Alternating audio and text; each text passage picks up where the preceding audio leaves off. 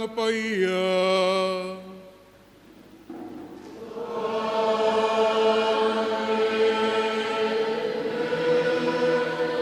Ia whata Sailele mautou.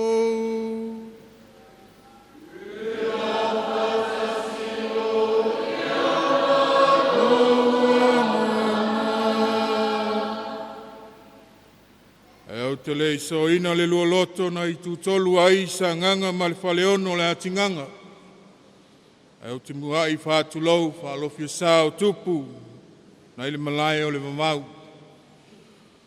Whātulou foi i le fio Yesu i lona nofuanga lilo. Ai whātalofa i lau fionga i le tamao le puleanga, whāpea le puleanga, whākipekupo Samoa. Whātalofa le ainga o se taulanga. Atalofa le au Matagaluega Paia le atua. Atalofa il whalitolo le tātu Matagaluega. Tupu matamali i whalitua matausi. Pulanga talavou, whapefo i whanawiti. Atalofa le mai mua whafonga mai a Samoa i so stafa. Maua mai le nei whasalalaunga. O mai a tātou o sia whatasi le nei Taulaga Paia le Misasa. Mamoli Samoa atoa i lumo le atua. O lea le nue o le atua, e tātou whātu ese nei, tau o tātou se mo tātou vaivainga, tātou talo i le atua mo lana whāmangalonga.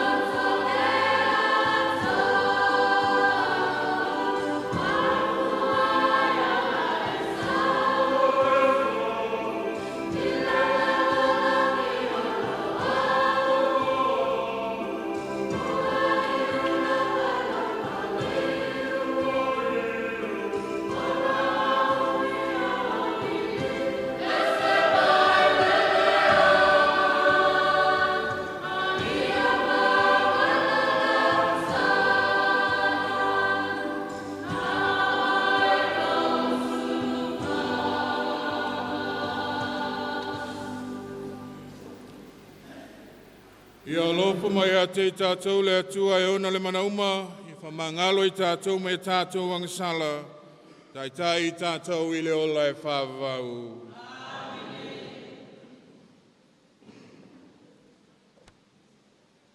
Ia tātou te talo,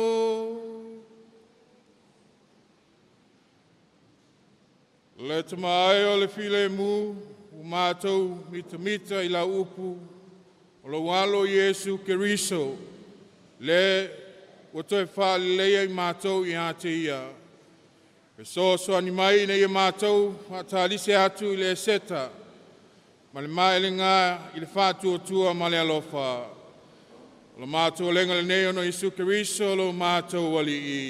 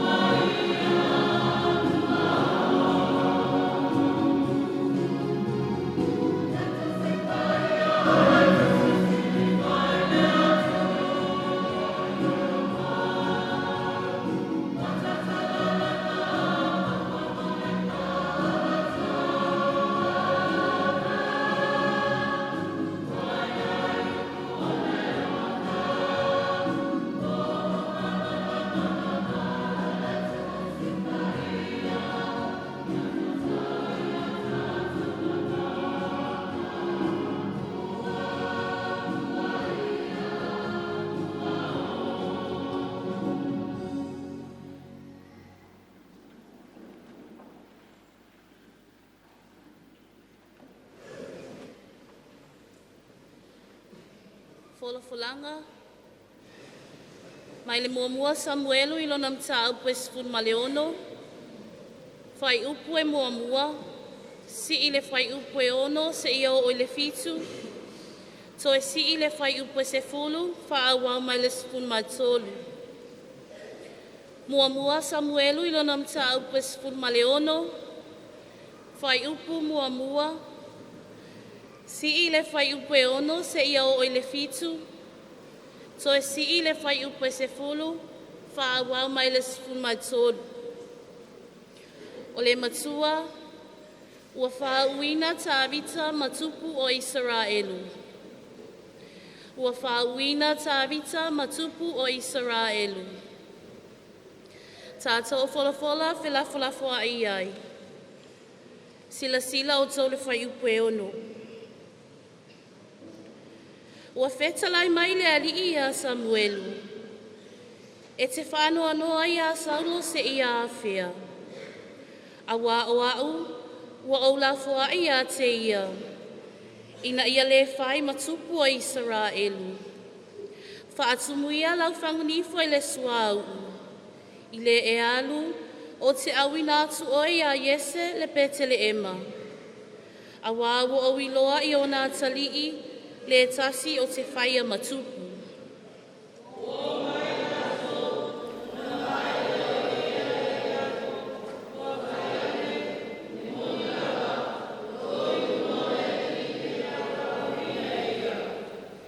Sila o tau le whai upe si fulu.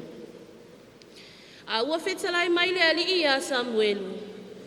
A ua e te wa ai lo na tino, po o le mawalunga o lo na tino. A wā o te e ia te ia. A wā e le waai le ali i pe o le waai a tangata. A wā e waai tangata i le tino. A e waai le ali i le loto.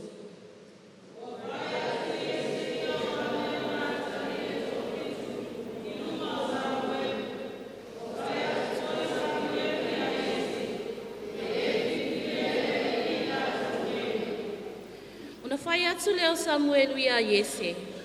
Ua atoa mai ea tau le lea. Ua whai mai o ia. Ua toe lava o le wii. Whauta foi, olo o leo ia i mamue. Ona whai atu leo Samuelu i a Yese. Ia a ami atu ia i a te ia. Awa tātou te le vangvangai le lao ai, se ia sau o ia i nei.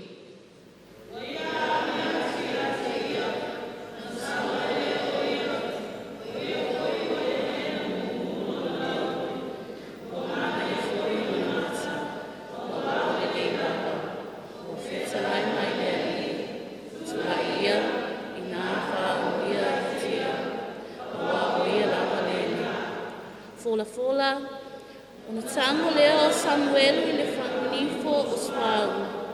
Ua whau ai a te ia i luma o nos. Ona oso fia leo o tāwita e lea manga o lea lii. Na afua mai lea lavasu. Ona tula i leo o Samuelu. Ua alu i ranga. O le upu a lea lii.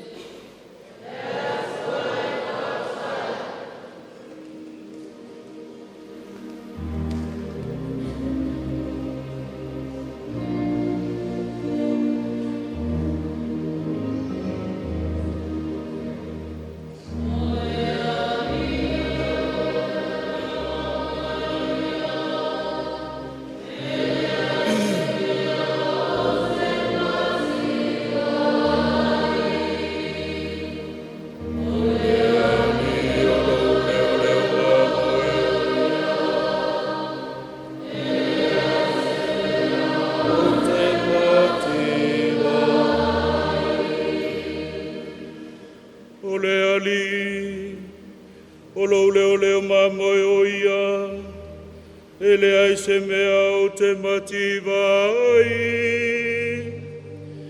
Nā te awea ui le mea ia i le wao mua, o te tao toai. Nā te taitai a te au i tawhatafa o vai e tawhelemu, nā te whafosia mai lo uanganga. Nā te Taitai a te au I alo lea mi o tonu, o na o lona suafa.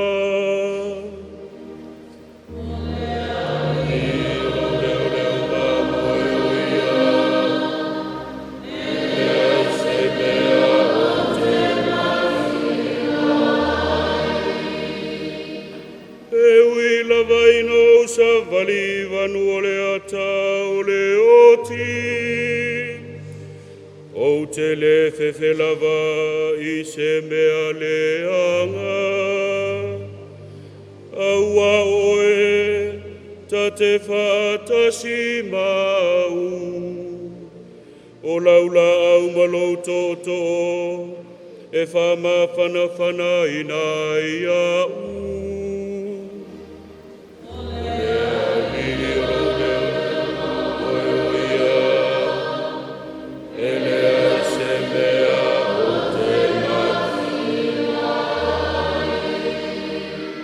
te laulau mai mea I le lao ai mau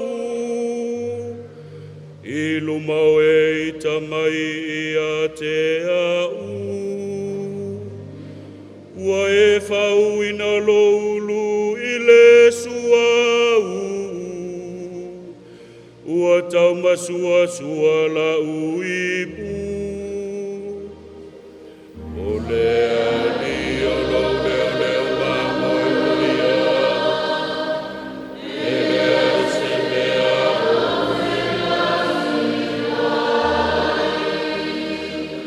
moni e muli mai a te auleanga lelei ma le alofa I aso uma olo uola o te novo foi le fale o le ali I aso e tele lava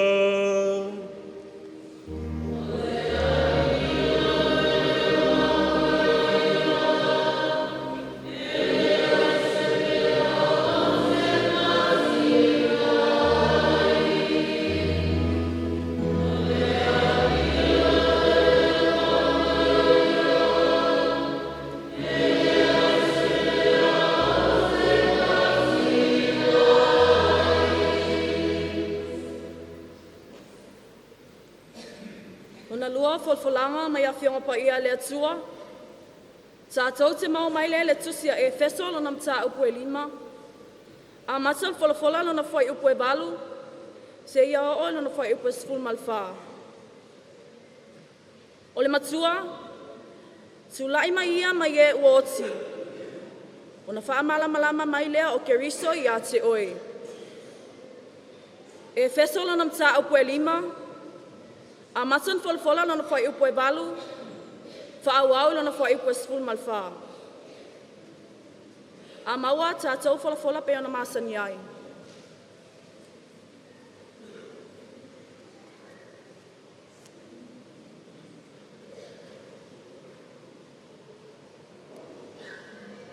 A wasa au taupo liuli ana mua.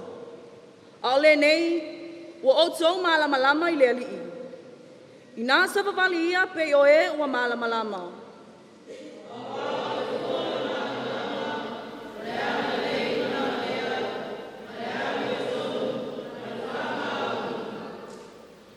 Ia suesue o tau, pe se a se mea e fia I ai le alii.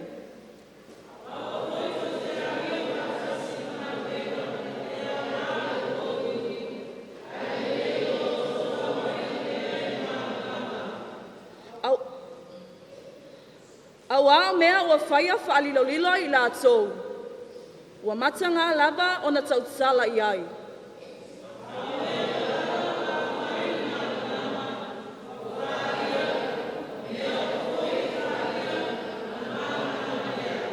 Fola, o le mea lea ua whai mai ai.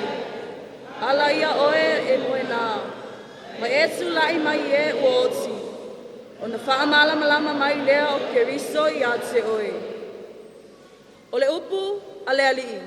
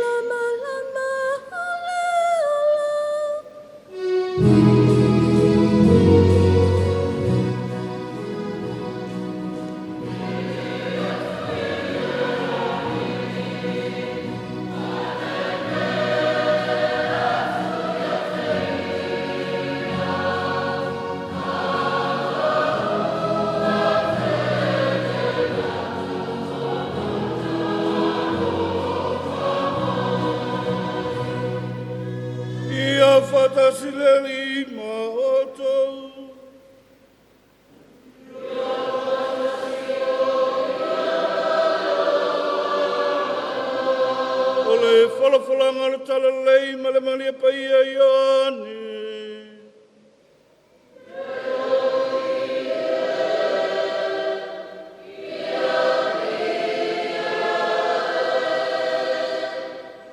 Taupa Iva, whalawhalaina le whaiupu mua whauau le whāsifun maltasi.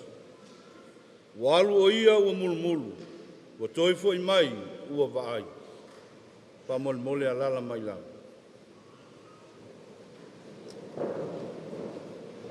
Ua maliwane o ia, ua sila fia le tangata ua tau aso, talu ina whanau mai. Ona sili mai leo ona so ia te ia. Rapie, po ai ea na angasala, po ia nei, po ona mātua, ina ua whanau mai o ia o tau aso. Ua tali atu Yesu, e lei angasala le nei tangata, po ona mātua, ai peitai na ia whaalia, ai o ngā luenga le atua ia te ia. E tau ona whaia ngā luenga le wa wina mai a, manu o au, e o i le pou, e le mawhaia se tasi o na ngalue ai.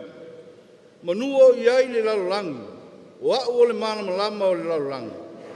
O whetala i atu nei upu, o na whianu ifo leo ia i le lele, o na whaia leo o le palapala i le whianunga, ua nini mata o le tau aso i le palapala. Na whape atu leo ia i a te ia. Alu ia, i nā mulumulu i ta elenga i se loa.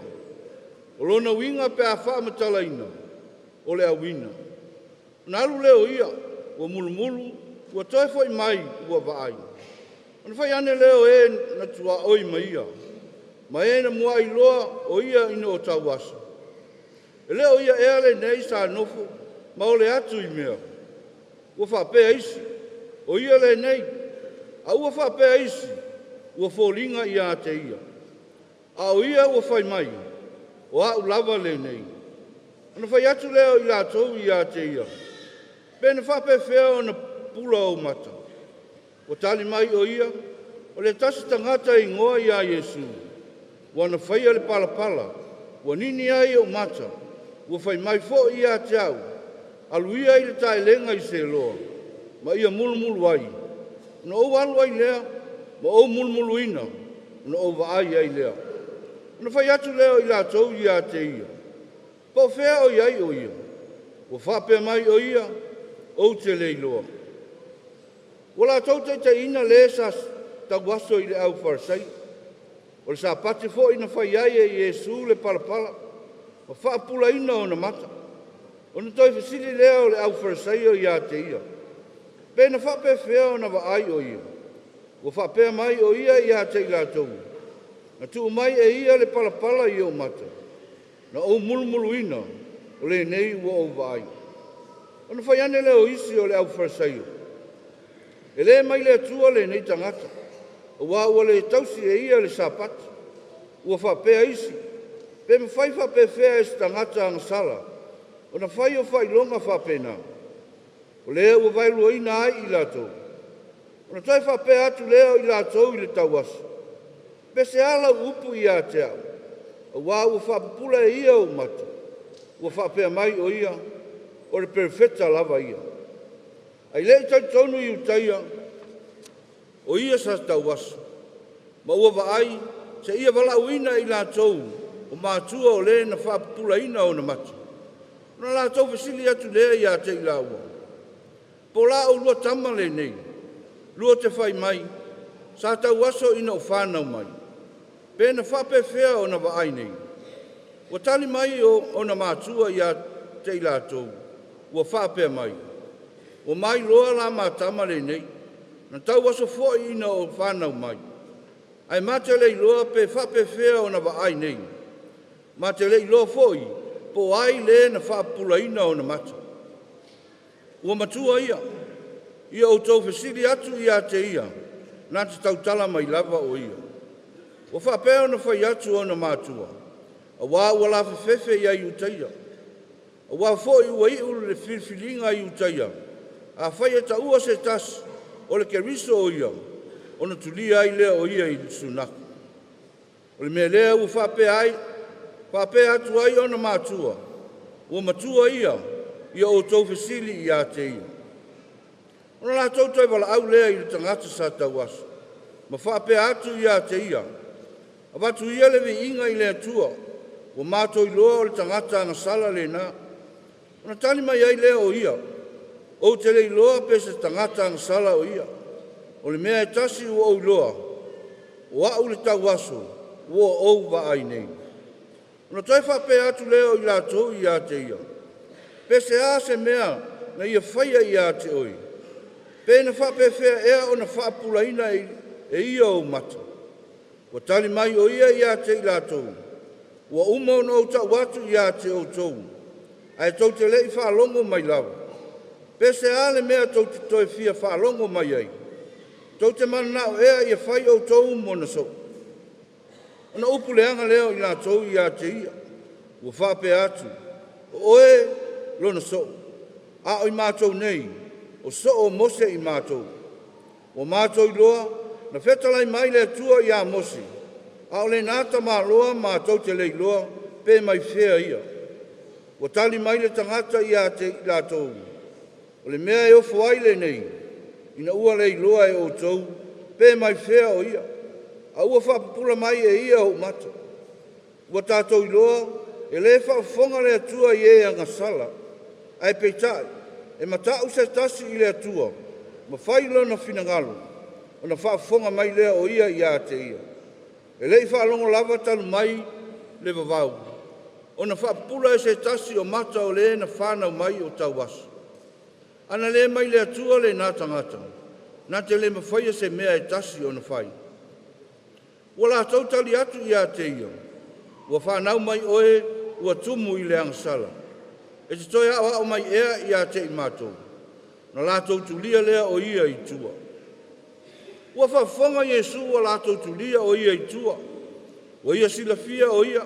O na whapea atu lea i a te ia. Po ua e whaatua tua i lea tali i o tangata. Ua tali mai o ia. Lea li ie. O ai ea o ia. Ina ia o whaatua tua i a te ia. Ua whetala i atu Iesu i a te ia. Ua e ai a te ia. O ia fo ile nei ua tautala ma oe. O na whapea mai lea o ia. Lea li ie. Ua o whaatua tua lava. O na ifo lea o ia i a te ia. O na whapea ane lea o Iesu. O le whaamasinonga. O le me lea ua o sawai le lalang nei. Na ia lātou wa ai o e le wa ai mai. Ia whaatau aso ina fo i lātou o e wa ai. Ua whaalongo mai ia i mea nisi o le au wharasaio, sa lātou iai mai ia. Ana whapea mai leo i lātou i a te ia. O i mātou fo, o mātou tau waso ea. O whapea atu Iesu i a te i lātou, a whai ana o tau tau waso, po ua le aisa o tau wang sala. O le nei, o loo whapea o tau, mātou te wā ai. O lea i atu mawai pea, la o tau wang sala. O le salelele i le li.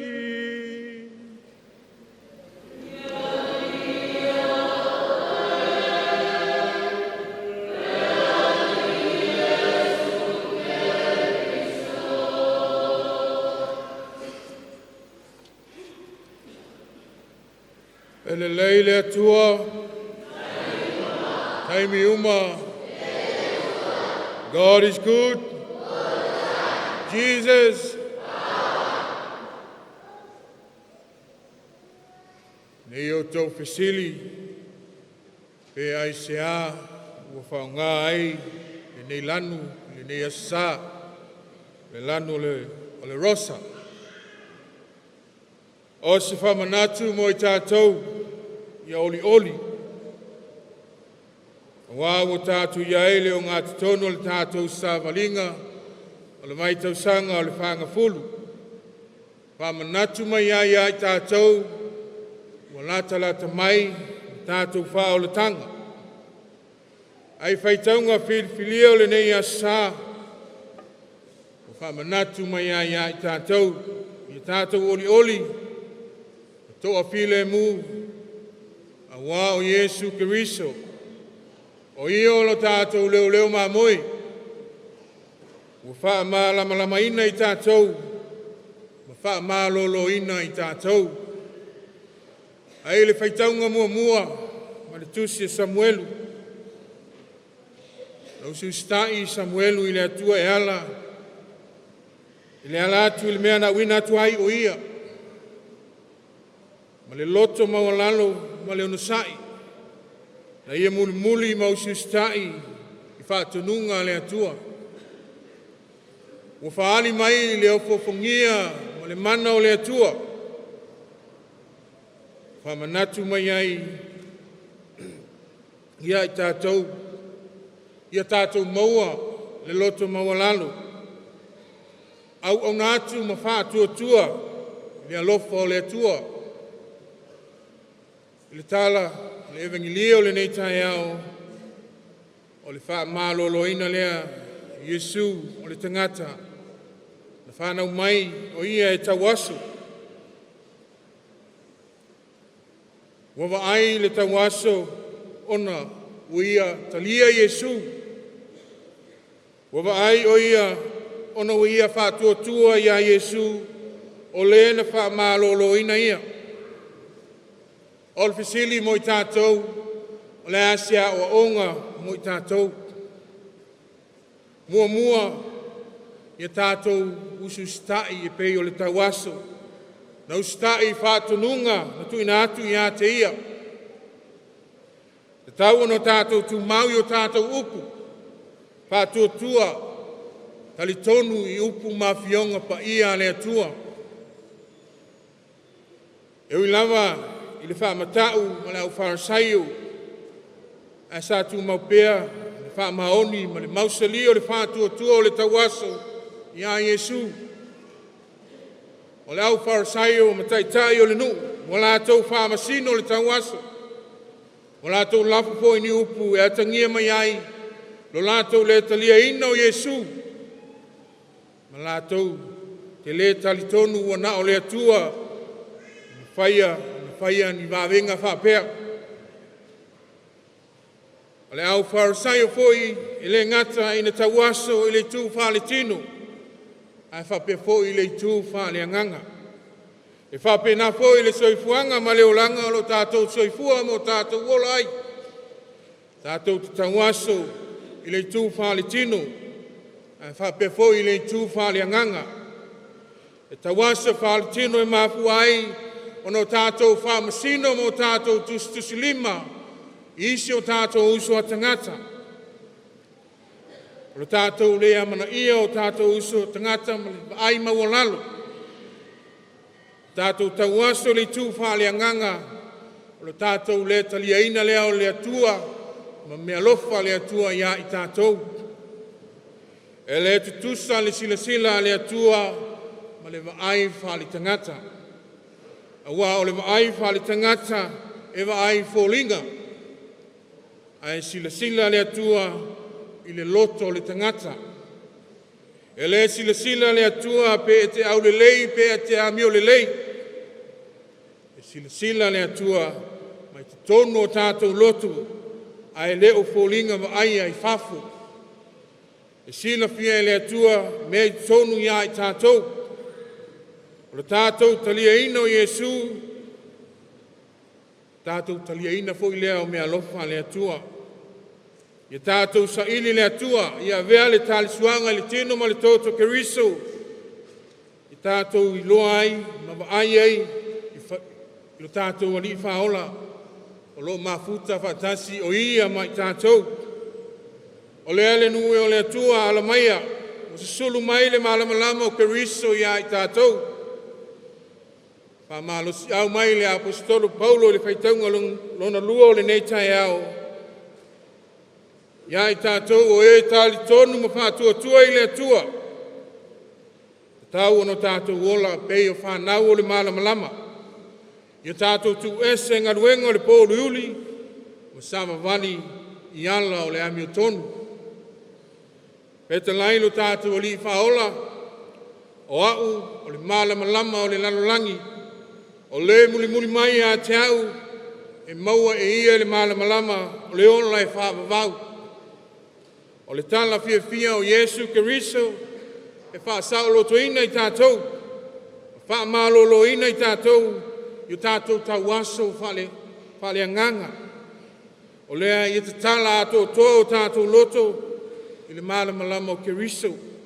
I tātou oli, i le alofo o le atua, pālangulango i le mana o le atua, masa ili ni awala fou, whaasoa atu ai, le tala lei, i isi o tātou uso a tangata.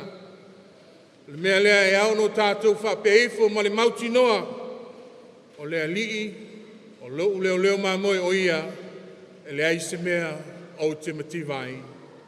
Amen.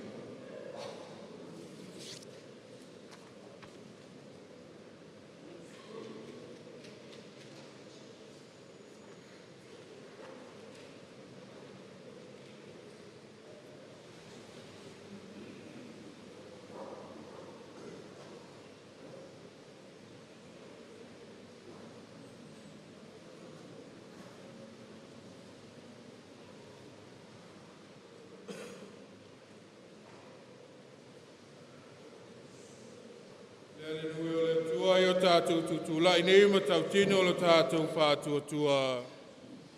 A tau te whātua tua, ele atua e tua tasi.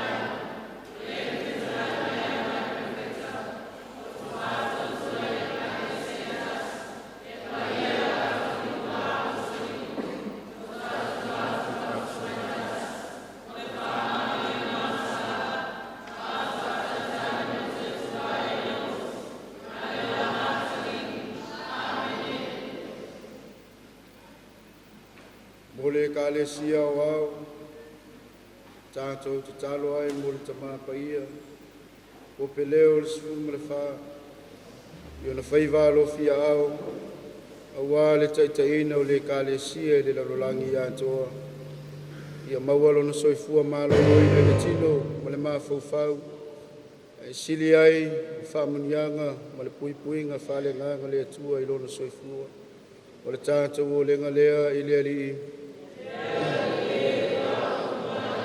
Tātou te talo mo le tofinga Taitai, ia e whapea foi i epiko po uma o lau osi taulanga. Whapea i foi mai lantou wasi lima, e o foina le soifua ma le ola, au wale tautuaina o le atua ma lana tala le lei le nei le lulanga. O le tātou o lenga lea i le alii.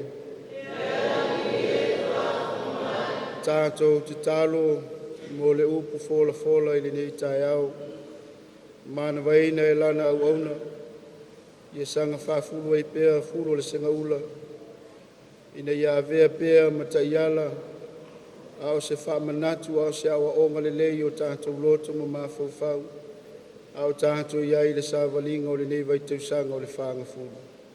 O le tātou o lenga lea i le rii. Tātou te talo mo le file mu i le lalolangi atoa, e mai se ai atu nuu o lo whewata wai. Talo ai foi mo le file mu i te tono si o tātou atu nuu o Samoa. Mai lava i le whainga malo, i whapea foi i te tono o whalapi tonga Taitasi, kompani mo business, e whapea foi i te tono o nuu ma Afioga. ai maise o ainga taitasi le ni Matagaluega. Tātou te talo e nei loto i aile ngango la o fio, ne ia musuia pe i mātou taito tasi le file mumori mai la o fio. Ne ia taitai ai, ma le fia, o le fai mea tonu, ai sili ai le matau i la o fio. O le tātou o lenga lea i le ali. Tātou te talo mo i lātou umo o whamana tuina o lātou waso soifua i le so. Ia iai au whamanianga mo kalasia mo i lātou, i lo lātou wola tautua, au wala wa fio malo finangalo. O le tātou o lenga lea i le ali. Tātou te talo fo i talo sia mātua ma mātua tausi, o le tātou Matagaluega e maisi. I lātou foi o whātau tolia il Falefa ma le apulusia i tō whanga. O no ti ngā ma ngase o le tino o whia ngai ma i lātou. Ia vea le tōtou ma le vaile ana puna mai le whingalo Iesu. O se wha malo longa moni mo i lātou. O le tātou o lenga lea i le li. Tātou te talo foi mo le tupulanga talavou o le tātou Matagaluega e maise o le tātou puleanga. Tupulanga talavou o lo Salelavalu Iva le Lagolagosua atoa. Ina ia musuina i lātou Elia Lagolagosua Paia. Ia wātou finga o le kālesia. O le tātou o lenga lea i le ali. Tātou te talo foi e talo sia fe au mga luenga o le nei vaiasu. Ia maisi o le sāvalinga o le whātua tua o tātou ia i le vaiasu o le whā o le whāngafuru. Ia Taitai nei tātou e le musumusunga le Lagolagosua Paia. Nei ia whātonu wholau i pēlu tātou wola, ua tumu i le angasala ma le vaivai. O le tātou o lenga lea i le ali. Le tua whaafonga tāloe i e lofa, talia talusanga lo nunei, mātou te talo foi mo kalasia ma whamanianga ma le Sinapati o Maria, se walofa Maria, kalasia o ia te o eleli, manuia e fine umau, manuia o Yesu le fuoloa, Maria Paia e tina le tu, se mata, iona ponei ma le tu aso, lo mātou lenga le nei ono Isu Keriso lo mātou ali i.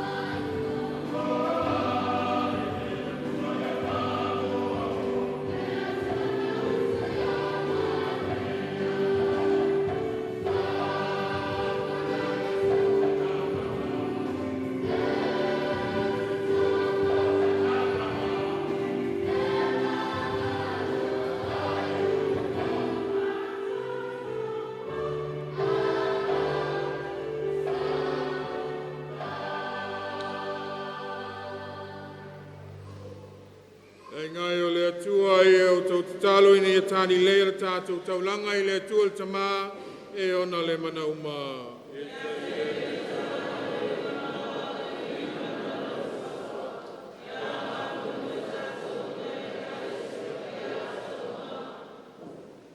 Le alie, mātou te mamoli atu ia te oe, nei mea lofa o mātou maua, ai le file mu ma le fia fia. E wha te leina lo mātou wha alo alo o le nei tāli suanga, o ia mātou o mātou ai le wha alo tanga i le lalolangi. Lo mātou lenga le nei, soafo Yesu lo mātou wali i. Ia whatasi le alima outou.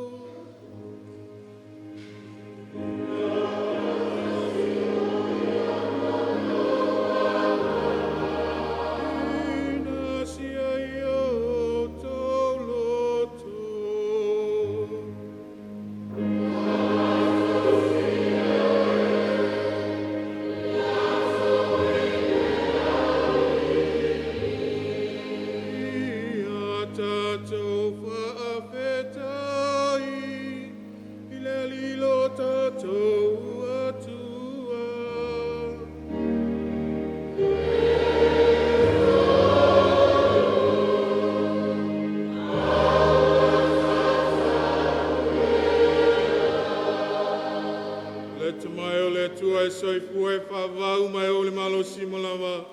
Se miti mitanga pa ia e moi mātou le whaaptai atu i a te oe, e lātu i a Yesu Kiriso lo mātou ali i.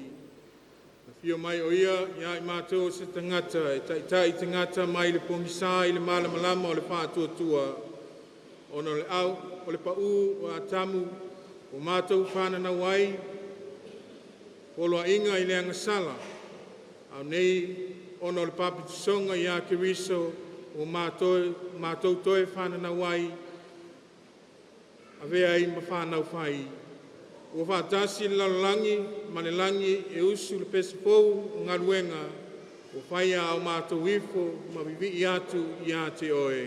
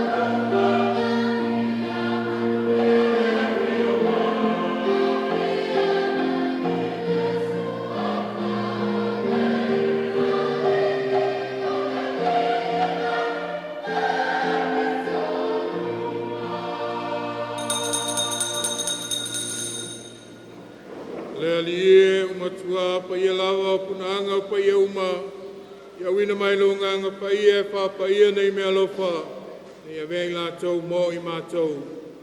O le tino, ma le toto le mātou ali i o Yesu Kiriso. A o le tu nātu ia le oti, se oti nei talia i lona lava malie, na tango ia le reto ma mātu ia te oe le whāptai, na tofi ia le reto ma mātu lona au so ma whāpe atu. I nā whitango pia i ai o tau uma ma ai i ai. O lau tino le nei, o le a fwoi nātu mō o tau.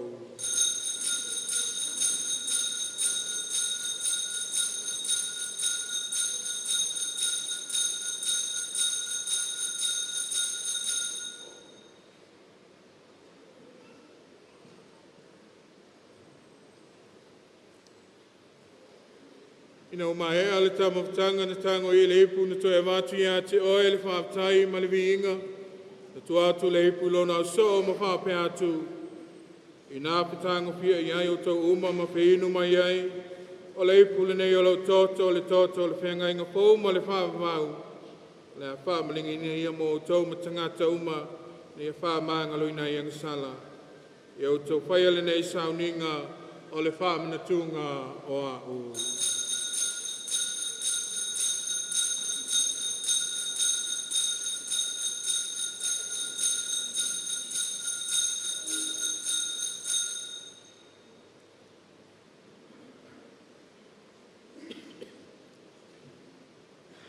tau whaelo atu le misteri o le whātua.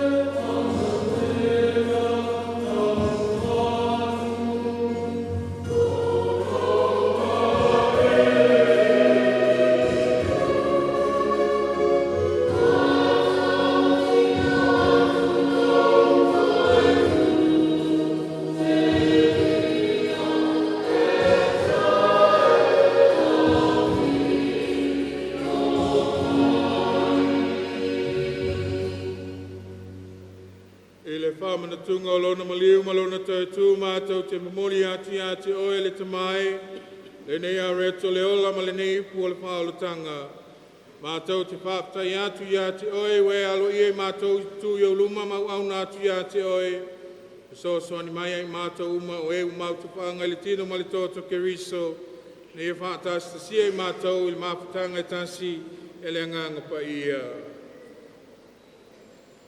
Le alia e mana tua lau e ka le sia i laulangi atoa, ina ia mātou ola i le alofa, whaatasi ma leo sifurwhaalo mātou tamapa ia, mo sese vito leo tui le mātou e pipopo ma le itua inga sa uma. Ia e mana tua o mātou mātua, o uso mātua whawhili, o iaturo lātou malolonga ma le whamoe le toe tuai. Ia e tali lātou whaatasi mtangata malili uma, i le malamalama o lau fiu.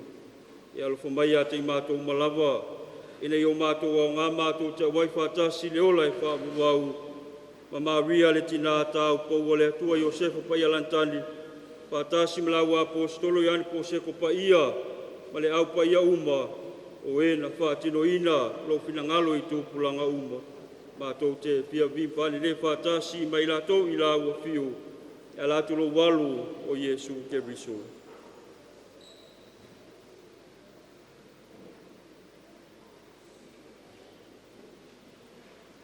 Le te mama mana e ono ia whatasi mai ana ia te ia, i le maputanga ma le anganga paia, o le vinga ma le mamalu atua mai lau fio, i le whawawau lava.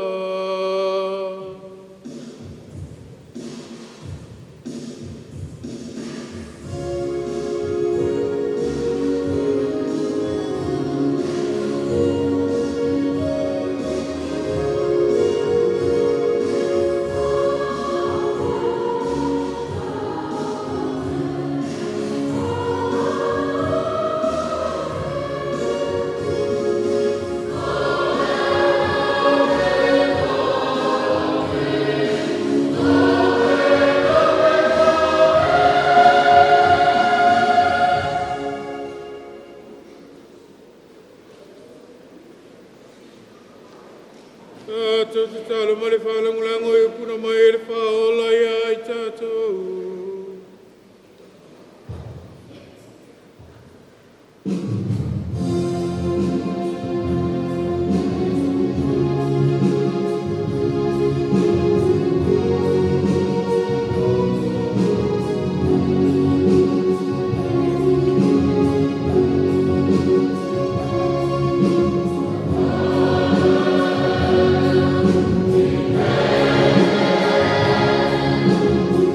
Oh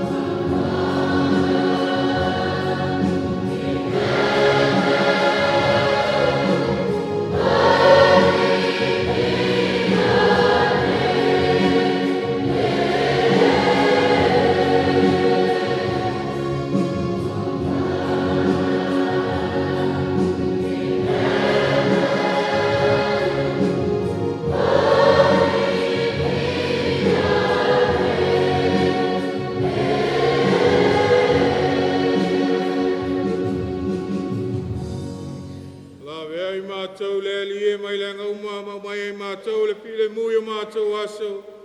I lo alofa muti male whaasao mātou mai lenga sala. O pui mātou mai atu ngalangoma. Mātou whatatari atu mai wha moe fia. Mo le fia mai o mātou whaola o Iesu Keriso.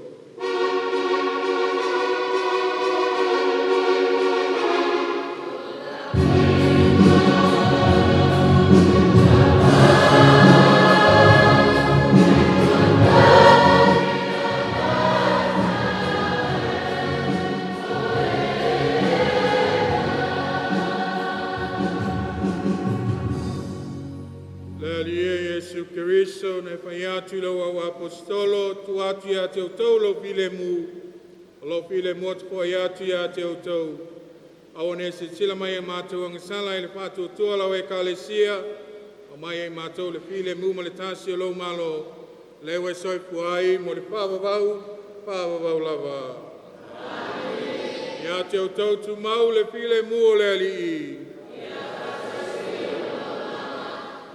Paso ai nei le whailonga le file pu.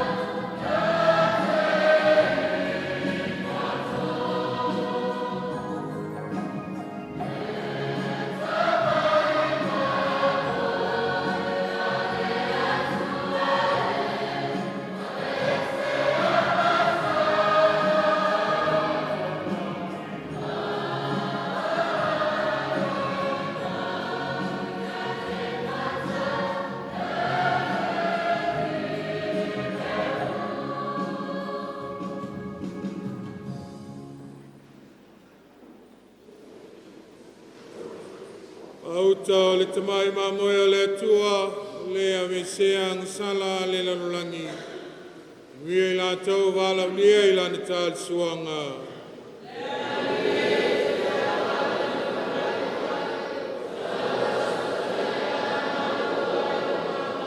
Gavel tino maltoto kiriso mo tato wana leo le pamau.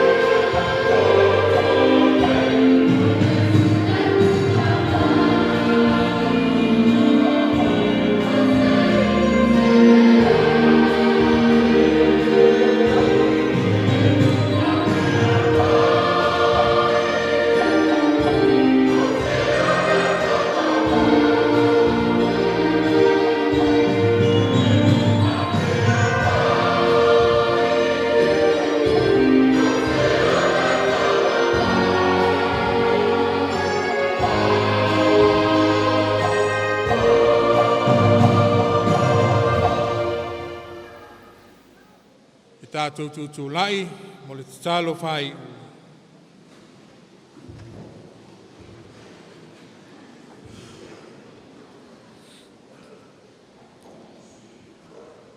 Ia tātou tatalo.